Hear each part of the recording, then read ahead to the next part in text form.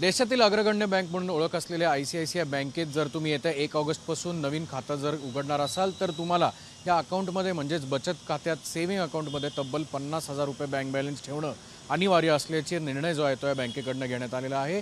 या निर्णयावर आता सामान्य नागरिकांच्या प्रतिक्रिया काय जाणून घेणार आहोत।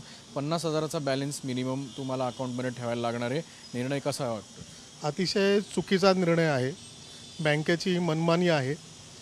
अशा पद्धतीने जर बँक केली तर सामान्य लोकांनी जायचं कुठं? आता आमचा जो परिसर तुम्ही बघितला तर ही सदाशिव पेठेमधली बँक आहे। इथे कायम विद्यार्थ्यांची MPSC UPSC विद्यार्थी भरपूर आहेत, त्यानंतर त्याचबरोबर व्यापारी पण खूप आहेत। आता MPSC UPSCचा आपण विचार केला मुलांचा तर ह्या भागामध्ये खातं खोलायला चांगली बँक ATM सर्व्हिस ही चांगली आहे, त्यामुळे जवळ चांगली बँक आहे। बँकेबद्दल कुठलाही हे नाही, पण हा निर्णय अतिशय चुकीचा आहे। खातं खोललं तर मिनिमम सेव्हिंग अकाउंटला जर 50,000 रुपये जर चालू केले तर माणूस इथं 2 वर्षामध्ये एवढं मेंटेनच करू शकत नाही सामान्य माणूस। तर त्यांनी हा निर्णय त्यांनी मागे घ्यावा ही मी अतिशय त्यांना नम्रपणे विनंती करतो आणि सरकारने यामध्ये लक्ष घालून हा निर्णय मनमानी जी आहे इथून पुढे कुठल्याही बँकांनी करू नये ह्याच्यासाठी अंकुश सर्व बँकांवर या सरकारने ठेवावा। आधी 10,000 बॅलन्स होता ICICIच्या शहरातल्या अकाउंट्समध्ये, ग्रामीण भागात आता तो 25,000 केला आहे, पण जिथे 10,000 बॅलन्स होता तोच जर 50,000चा डिफरन्स कसा मॅच होणार? शक्यच नाही होईल। सर्वसामान्यांच्या पगारच एवढं नाही तर कसा डिफरन्स होणार तो मॅच? हे सावकारी काम चालू केलं आहे बँकेने फक्त, त्यामुळे सरकारने याच्यावर अंकुश ठेवावा, नाहीतर सर्व लोकांनी यांना बायकॉट करावं। काय वाटतंय की जर आपण बघितलं तर 6% पेनल्टीसुद्धा लावणार आहेत ते लोक?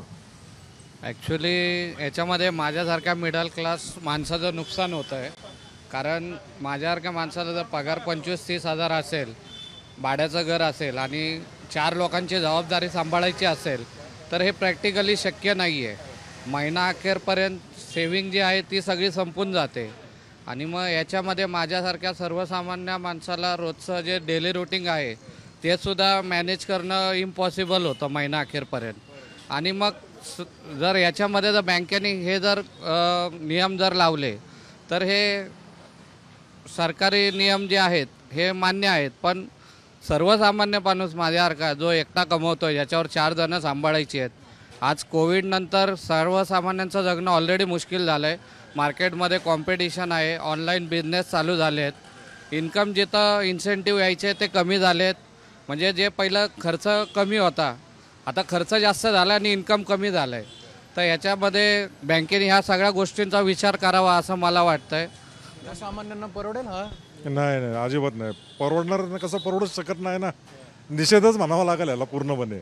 आता सरांनी सांगितलं तसंच सेम 10,000 होता आधी कुठेतरी तर ते ठेवता आलं, हो ठेवता आलं असतं ना। आता काय परवडणार नाही, 6% म्हणजे माणूस सर्वसामान्य माणूसाला परवडेबलच ना, ज्यांचे लोन आहेत ते अडकले सगळेजण, बरोबर आहे का नाही? 50,000 जर तुम्ही मिनिमम बॅलन्स ठेवणंच अनिवार्य आहे, त्याच्या आत असेल तर तुम्हाला दंड सुद्धा लागेल। येस येस येस, ते काय परवडेबलच नाही ना, काय कुठलं दुसऱ्या खात्यात उघडलं दुसऱ्या बँकेत उघडलेलं परवडेल ना? आपण बघू शकतो की अशा सामान्यांच्या भावना आहेत की जर असा हा निर्णय ICICI बँक घेत असेल तर इतर बँकात आम्ही खातं उघडणं आम्हाला परवडेल आणि त्यासोबतच कोविड नंतरचं जी लाईफस्टाईल आहे ती देखील बदललेली आहे।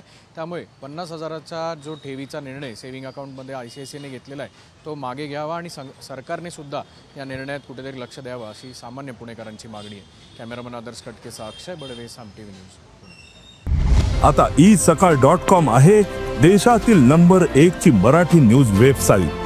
प्रत्येक अपडेटसाठी isakal.com ला नक्की भेट द्या।